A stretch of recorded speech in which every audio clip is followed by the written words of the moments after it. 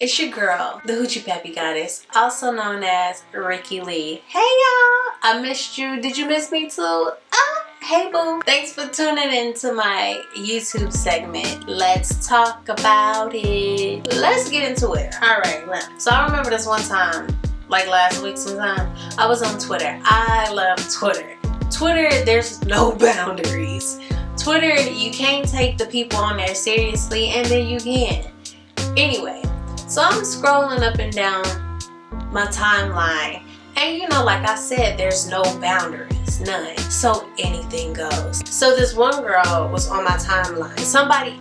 Okay, so I'm a human. I like to see porn, you know, and sometimes I follow people who like to see porn, and then they like to retweet it, and I be like, dang, she just go bust it on me like that. Anyway, this girl had posted a video, and clearly somebody was recording her, and she was basically playing with her toy, and you just see a clear view of her derriere and her hoochie pappy, and she was just going to town. And the caption said, DM me, or I can't remember what it said, but it has something like, DM me if you want to subscribe to her sex channel, I guess. And I'm looking like the camera is like, this is her hoochie pappy and derriere, and this is the camera. And it's just like, you know, we just seeing all of it. We all up in here. We all up in here. And I mean, you put it on the World Wide Web, so I just had the urge to comment. And I said, oh girl, you need to go to your OBGYN, because clearly you have a yeast infection. I don't even understand how she not know that she had a yeast infection, because it just looked like chunky cottage cheese coming out of her hoochie pappy. It just wasn't right, and everybody retweeted what I said, and it was like a long thread, and I was like, I didn't think it was gonna go that far. But in today's segment, we're gonna talk about yeast infections. Those infections are the easiest vaginal infections that you can figure out what's going on. What exactly is a yeast infection? I have my notebook right in front of me, so don't judge me because I'm reading. A yeast infection is an infection that can cause inflammation, intense itchiness, thick white discharge from the vagina. You got that? Oh, get it. Now, these are the symptoms. Inflammation. So your vulva, your lips, whatever you want to call it, will swell up. And sometimes people have, you know, the labia gets a little bit bigger than usual, turns red, then it's really itchy. Like, you want to stick a brush inside of there and just start scratching, like, because it get itchy, you know? It's just like, oh my god, something's up in it, let me scratch it real quick. Don't do that. I'm advising you now, don't do that. You're gonna mess yourself up. If you see thick white discharge that resembles cottage cheese, it's a yeast infection. You can't go past that. If you are having pain during intercourse, vaginal intercourse, or even if you are having pain when you're using a restroom, like peeing, possibly you got a yeast infection. That could also be a bladder infection. Don't get it confused. If you're having issues down there with pain while peeing, and you have cottage cheese, and you're itching, and it's a little swollen down there, girl, you got a yeast infection, you better quit playing. You better go to the doctor, get your prescription, or go to CVS, Walgreens, or any grocery store, Trader Joe's, anything like that, and get you some Monistat. Okay. Also, before I forget, yeast infections, not all of them have a smell. I've had 2 yeast infections in my life, and they didn't smell like anything. But some women, and I hear most cases, women suffer from an odor, and it's like a fishy odor. I've smelled this odor when someone else had a yeast infection, and I was like, girl, you smell like a walking fish market. I'm about to take you to the doctor. Matter of fact, we about to go get you some Monistat. I'm gonna get you 2 boxes just in case the first box didn't work for you. And we got that cleared up. We got that cleared up real quick. Now, there are plenty of treatments for a yeast infection. So many people have yeast infections. They serve over-the-counter medicine. So you can actually go into any grocery store, any CVS pharmacy, Walgreens, Rite Aid, and just get you a box of Monistat or any other vaginal medicines for yeast infections. If you go to your OBGYN, they will give you a small pill. It's like, I think it's like a pink color. It's called a flagyl. Single dose, you take it, pop that thing in. Do not drink while you're on it. Just take it, go to sleep, go about your day. It will get rid of all of that down there. Push all the yeast out, all the bad bacteria, and you're good. You heard me say Monistat, which is an antifungal cream that is inserted into you, and sometimes they have like little tubes that come with it, and you can rub that on the external part of your vagina, and that will soothe that itchy, swollen, hot skin down there, because when there's inflammation, you feel it and it's uncomfortable. So I know with Monistat, they have like a little tube of like cream. You just rub that on the external. Do not put that inside you. The only thing that you put inside you is the actual, they have like little like vaginal pills or the creams. So just pay attention to the instructions. Follow the instructions and you got it, girl. Now, there are home remedies for yeast infections, and now, you know guys, I love home remedies more than I love man-made products. I don't suffer from yeast infections, so, I mean, I've had 2, but, I mean, I really don't suffer from them, but I have friends, and, you know, some of them pants be too tight, you know. Every time I had a yeast infection is because I had on a bodysuit and I kept it on too long. Like one time I got drunk and slept in a freaking bodysuit. Woke up, hoochie It was on fire. and was like, And then I drove all the way to Arizona With a fire crotch. and I just, CVS, where you at? Can you have me some Monistat when I pull up? Thank you. Pull out this notebook of mine. The home remedies for a yeast infection. Greek yogurt. Once again, stick that yogurt up in there. Plain organic yogurt. Stick it up in there. The live cultures, the probiotics that's in yogurt, it's gonna help you out, girl. Don't even hesitate. If you don't want to take the stuff over the counter, you don't want a man-made ingredients inside of you, Greek yogurt. It's gonna take it a minute, but go ahead, stick that up in there at night and let it just flow out. Wear a panty liner, you're good. But you need to do it for days. So I would say 3 days. And if 3 days ain't long enough, go for 5 days. If 5 days ain't long enough, go for a week. A full 7 days. It should be cured by then. Essential oil of oregano. I bet you didn't know.